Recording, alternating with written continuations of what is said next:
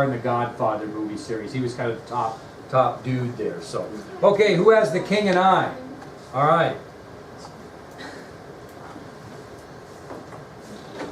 So I had The King and I, and it was a musical that premiered at Broadway's St. James Theater on March 29th, 1951. It was a musical by Oscar Hammerstein II.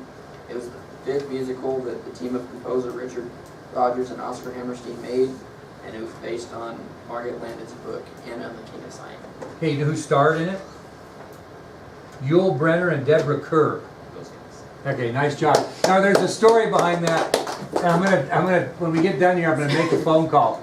A kid named Monty Obert, very good student of mine many years ago, and his friend J.R. Swansboro was a very good kid, not quite the student. And on the test, instead of putting Yul Brynner as the thing, he put Yay Burner. Anyway, so I'm gonna call Monty when we get done and ask him if he can remember who starred in The King and I, and give you JR's rendition, because that's we talked about that at a funeral about 6 months ago. We were teasing JR about his spelling of Yul Brynner. Yay Burner came out. We'll see if we can get a hold of Monty. It always makes me laugh. Okay, who had Catcher in the Rye? Who did? Gracie. Okay, Gracie. Catcher in the Rye was an extreme popular book among teens. It epitomized their attitudes and feelings. It was kind of this risky little book in 1951, and teenagers went crazy, and it started emphasizing teenage feelings and attitudes. Yeah. All right, 52. Who has Eisenhower? Go ahead, dear. Okay, so 1952 was the year that Eisenhower he wasn't really gunning for presidency, but he was persuaded to run.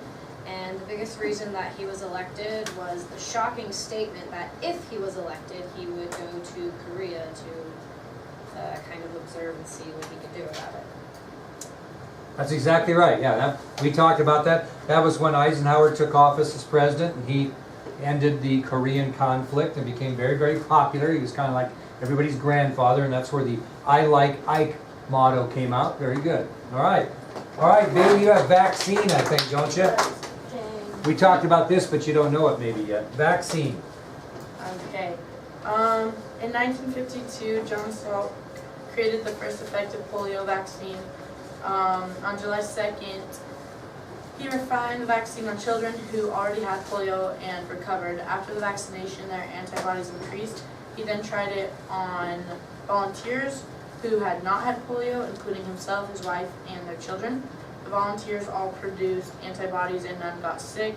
By 1954, they tested it nationwide on more than 1.8 million school children, and in 1955 it was declared safe, effective, and potent. Perfect. That a girl. Yeah. Okay. England's got a new queen, Hannah.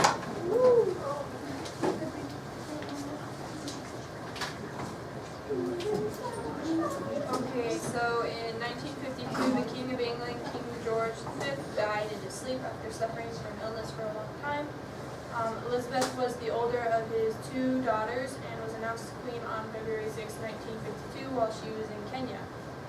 She is one of 5 monarchs who has reigned over 50 years, and she was 27 years old when she took the throne.